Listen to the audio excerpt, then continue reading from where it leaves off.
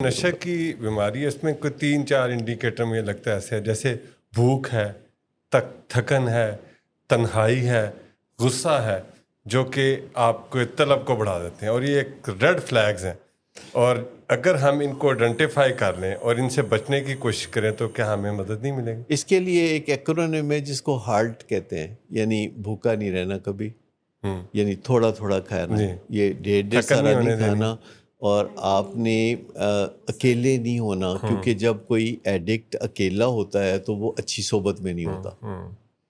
اور تیسری چیز یہ ہے کہ پھر آپ نے تھکا ہوا نہیں ہونا، کیونکہ جو ٹائرڈنیس ہے وہ ہمیں بزدل کر دیتی ہے، اور بزدل کی ول پاور تو ڈیفینیٹلی کم ہوتی ہے. اور پھر غصہ نہیں کرنا، کیونکہ ویسے ہی غصہ حرام ہے سر. ہماری جو انرجی ہے اس کو کھا جاتا ہے. تو جو ہالٹ کا لفظ ہے HALT، اس پہ اگر ہم توجہ دیکھتے رہیں کہ میرا ہالٹ کیسا ہے، ہالٹ کا مطلب ہے رک جاؤ.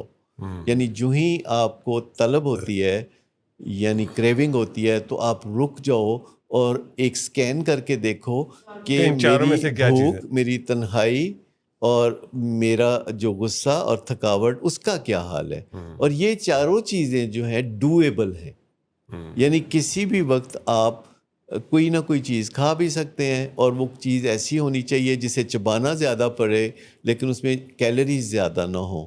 اگر ہر دفعہ برگر ہی کھائیں گے آپ ہارڈیز کا تو پھر شاید مشکلات ہوں گی. لیکن کبھی آپ سیلڈ کھا لیتے ہیں، کبھی آپ براؤن بریڈ کا ایک پیس لے لیتے ہیں، کوئی ایک بن لے لیتے ہیں، یا چھوٹا سا ایک سینڈوچ لے لیکن لیتے سر ہیں، یہ تو اس کھانے سے پینے فرق کا پڑتا ہے. کئی دفعہ دیکھا ہے کہ جو نشے کی بیماری کی علامت ہوتی ہے وہ کھانے پینے کے ساتھ بھی اس کا ریلیشن شپ ہوتا ہے، کہ آپ ایک خاص قسم کی چیز کھا اصل رہے ہیں. میں ساری ایڈکشنز جو ہیں نا جی. یہ انٹرچینجبل ہیں. جیسے ساری کرنسیز ہوتی ہیں نا جو انٹرچینجبل ہوتی ہیں، کہ یہ روپیہ ہے، یہ ڈالر ہے، یہ پاؤنڈ ہے، یہ درہم ہے، یہ ریال ہے. اسی طریقے سے ساری ایڈکشنز جو ہوتی ہیں، یہ ان کی شکلیں منشیات ہیں، مختلف ہیں. یہ شراب ہے، یہ کھابا گیری ہے، یہ جناب ورکہولزم ہے، یہ جوا ہے، یہ سوشل ورک ہے، یہ فلاں چیز ہے. تو یہ ساری انٹرچینجبل ہے.